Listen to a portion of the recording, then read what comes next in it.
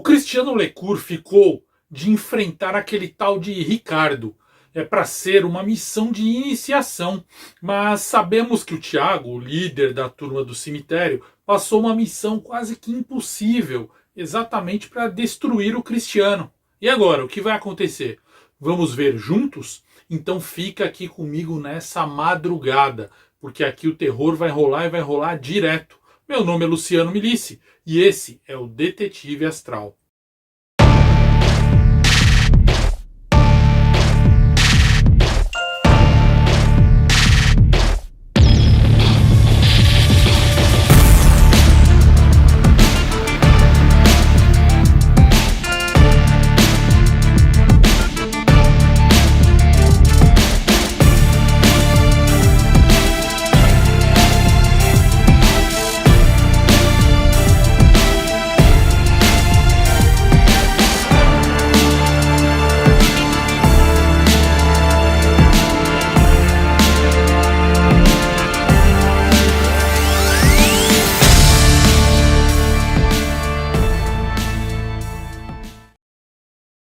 Boa madrugada, cidadãs e cidadãos. Boa madrugada, alminha.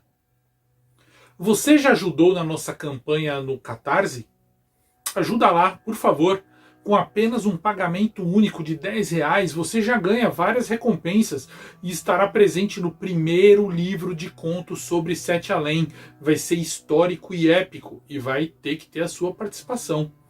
Você também pode deixar o seu like nesse vídeo. Clica no botão de se inscrever e também ativa agora as notificações. Já fez isso? Então muito obrigado. Quem quiser também pode se tornar membro desse canal e ajudar a gente a trazer cada vez mais conteúdo. Que tal? Tá sozinho, tá sem onda, tá com medo? Entra no canal e grupo do Telegram. Vamos bater um papo por lá. Os links estão aqui na descrição. Aproveita para me seguir também no Insta, @Luciano Milici e @Oficial Sete Além. Lógico, tem outras redes sociais para você me seguir também, sem esquecer que o e-mail oficial para mandar os relatos é o luciano@setealém.com.br. Vamos agora ao relato do Detetive Astral de hoje. Faltam só 5 vídeos para acabar a temporada do Detetive Astral. Calma que ainda vai ter muito vídeo nessa temporada, muita história. E também, na próxima temporada, eu juro pra vocês, tem muito conteúdo. Só do Cristiano eu tenho mais de 100 relatos. Eu nem sei como eu vou colocar tudo isso no ar. Então é muita coisa ainda para ser postada. Agora com as palavras do Cristiano.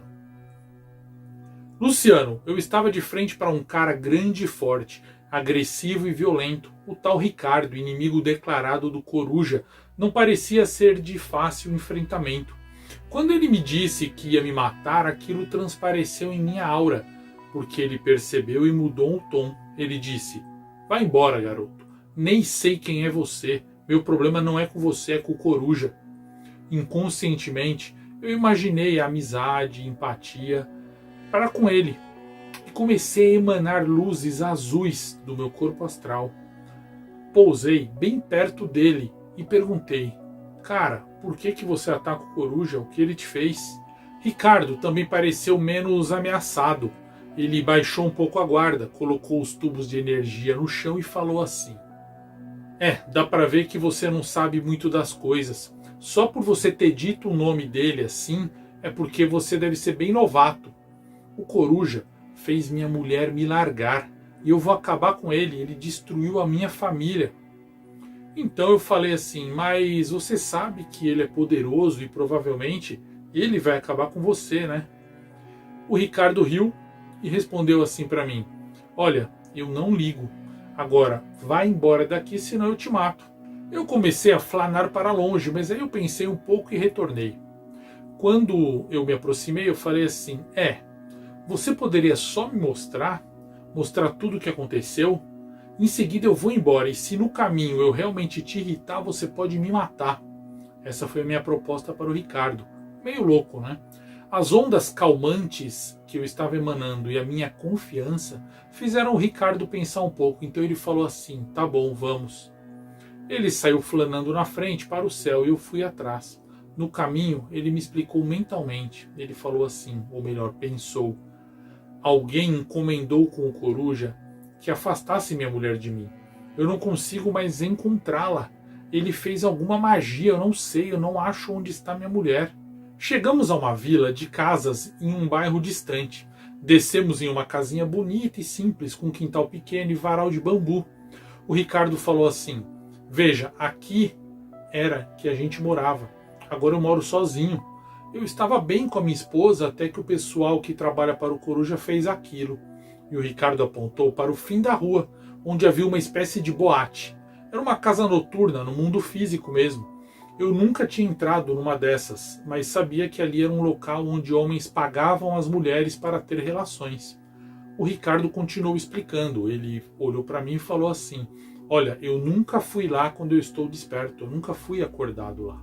Nem passo em frente daquele lugar, mas como eu estava curioso e desejoso, eu fazia viagem astral, como sempre fiz, e comecei a frequentar esse lugar durante a madrugada. Primeiro só para observar por curiosidade, mas depois eu fiquei amigo das meninas que trabalham lá e dos espíritos que ficam no local. E eles ficam lá influenciando clientes e garotas. Nós não entramos no local, porque o próprio Ricardo parou antes. Porém, dava para ver e sentir o peso daquela atmosfera. Também havia uma alta frequência de pessoas flanando para dentro e para fora do local. E eu propus: podemos encontrar sua esposa? E o Ricardo começou a chorar e respondeu: esse é o problema, garoto. Ela sumiu. Nunca mais eu encontrei a minha esposa, nem aqui no mundo astral. Eu falei para ele assim: impossível, cara. Só se ela morreu. Mesmo assim, ainda daria para encontrá-la.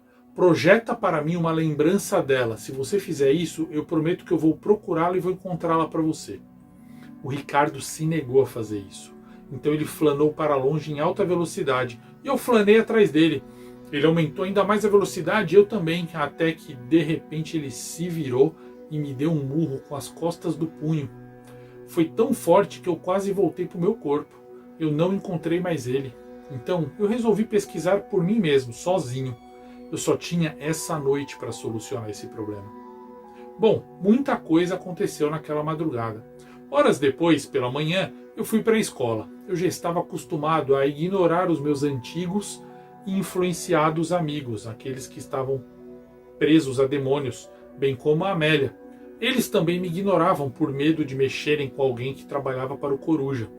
No intervalo, na hora do recreio, agora eu passava mais tempo sozinho. Até que naquele dia eu vi a Dani conversando com as amigas, aquela garota que eu gostava. Eu a cumprimentei e pela primeira vez o assunto entre nós rolou mais suave. Eu queria contar para ela o que eu havia recém-descoberto na madrugada, depois do que eu vi com o Ricardo. Mas eu não podia, obviamente, contar nada daquilo para ela. Passei bastante tempo falando com ela e eu senti que houve uma certa correspondência real da parte dela também em relação a mim. À noite, quando era 11h15 da noite, eu fui até o cemitério de Paris, no meu corpo astral, para a sala de reuniões. O Tiago e a turma do cemitério pareceram cínicos comigo. Eles fingiam que estavam me agradando, mas estavam prontos para me expulsarem de lá ou me destruir. Entramos na sala e o Tiago já foi falando. Pois é, Cristiano, não deu para você, pelo visto. É uma pena. Bom, o coruja poderia me orientar em algo, mas eu nem vou esperar ele falar nada, eu já vou resolver por mim mesmo. Com você eu vou resolver agora. Eu estava sentado no chão, como manda o protocolo de quem ainda não é da turma, porém eu me levantei naquela hora. Na hora que eu me levantei, todo mundo se assustou e eu falei assim: Tiago, pessoal, eu resolvi o caso do Ricardo. Eu só não falei antes porque eu queria contar primeiro para você, Tiago, pois você é o nosso líder e o mérito de contar isso para o coruja tem que ser seu. O Tiago paralisou e os demais membros do grupo também. Então eu projetei algo que surpreendeu a todos. E antes de saber como o Cris resolveu o problema do Ricardo, não esquece de deixar seu like nesse vídeo, tá bom, cidadã e cidadão de Sete Além? Voltamos ao relato. Eu projetei parte da madrugada anterior. Eu mostrei para eles a minha aproximação com o Ricardo, a conversa e o tapa que eu levei. Então eu mostrei para eles qual foi a solução que eu dei. Eu fui sozinho até a casa do Ricardo e vi no quarto uma mulher dormindo na cama dele. Então eu compreendi. Eu voltei a localizar o Ricardo minutos depois. Ele estava novamente no mesmo local quebrando tubulações plasmadas de energia do coruja. Quando ele me viu, ele saltou na minha direção para me bater. mas ele atravessou por mim, passou por dentro como se eu fosse um fantasma, porque eu mudei a minha vibração. Assim que ele me atravessou e passou reto, eu já me virei, agarrei o pé dele e eu traguei ele para a casa dele. Eu fiz isso usando um truque fácil de teletransporte que pega a pessoa de surpresa, quando ela não está ancorada no local. É uma longa história. É muito comum esse tipo de coisa quando a gente sonha, por exemplo. Você não quer lembrar de um lugar, mas só de pensar que não quer lembrar desse lugar, você acaba indo para lá em sonho. Já aconteceu isso com todo mundo. Em viagem astral é igualzinho. Eu arrastei Ricardo para a casa dele e ele começou a gritar e me ameaçar. Então eu o prendi com amarras mentais simples. Eu já tinha notado que o Ricardo não conhecia muito a parte técnica e os truques de defesa da viagem astral. E ele começou a gritar: "Por que você me trouxe para minha casa, seu bosta? Me solta, vou te matar e vou matar o coruja também." Sem falar nada, eu fui puxando ele pelas amarras mentais até o quarto dele mesmo. Lá, um estranho fenômeno ocorreu. No quarto, uma venda se plasmava em seus olhos. Ele me via o quarto, via a cama, mas a venda ficava opaca quando ele olhava para a própria cama. Eu falei: "Você não está vendo, Ricardo? Sua mulher está aí na cama." Ele olhava, mas não via nada. Ele só via a cama, não via ela. Ela dormia ao lado do corpo dele, que também estava dormindo. E ele falava: "Eu não vejo, ela não está aqui, que truque é esse?" A venda estava ligada diretamente ao cérebro de Ricardo. Ele mesmo era o responsável por não enxergar a esposa. E aí eu falei assim: "Ricardo, é sério o que eu vou te contar. Sua esposa está aqui. Você não a vê porque você não quer. O pessoal do Coruja criou aquele local, mas não tem nada a ver com a sua ausência, com a sua visão que não enxerga a sua própria esposa."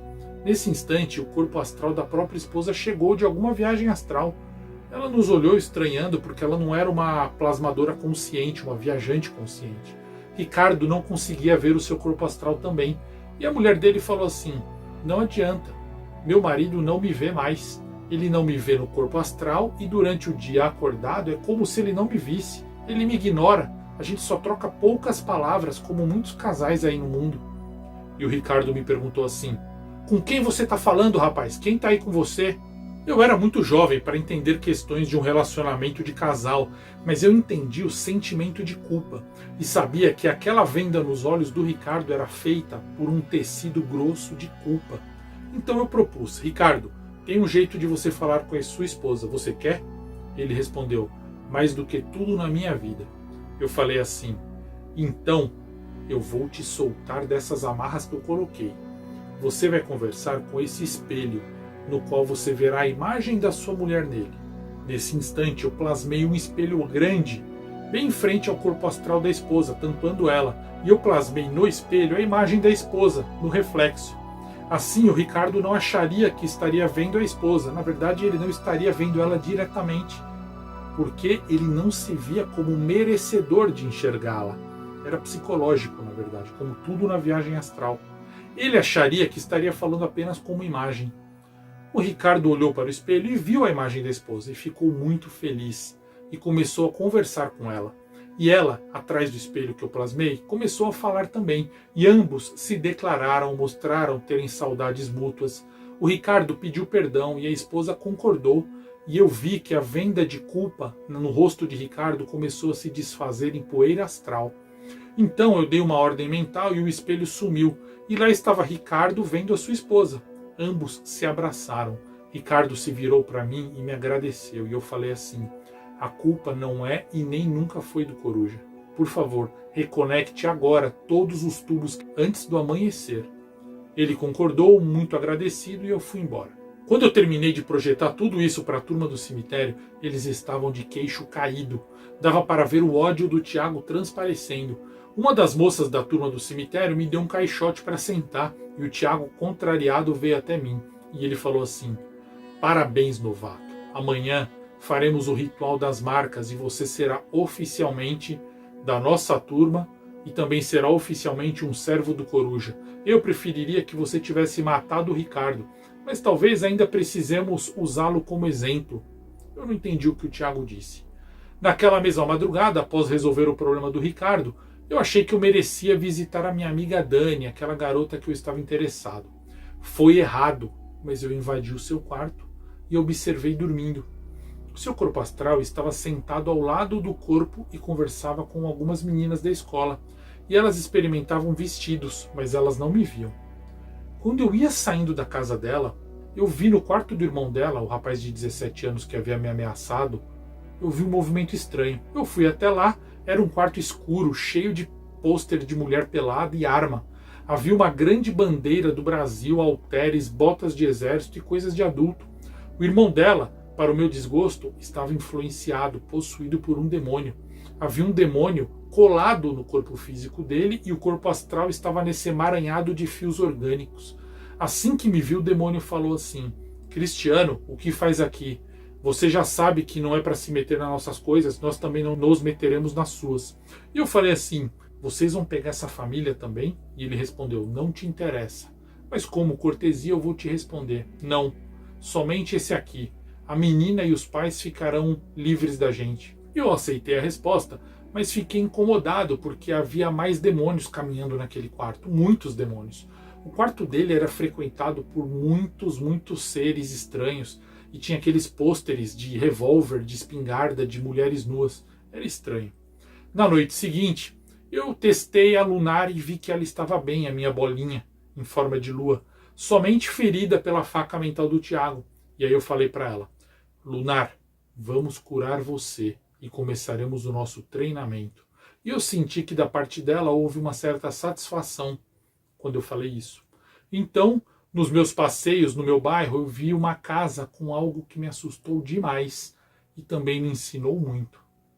Mas essa história dessa casa fica para o próximo relato, Luciano. Um abraço astral, Cristiano Lecour. E aí, pessoal, gostaram de como o Cris resolveu o problema com o Ricardo? Pensaram que ia ter porrada, né? Bom, dessa vez não teve.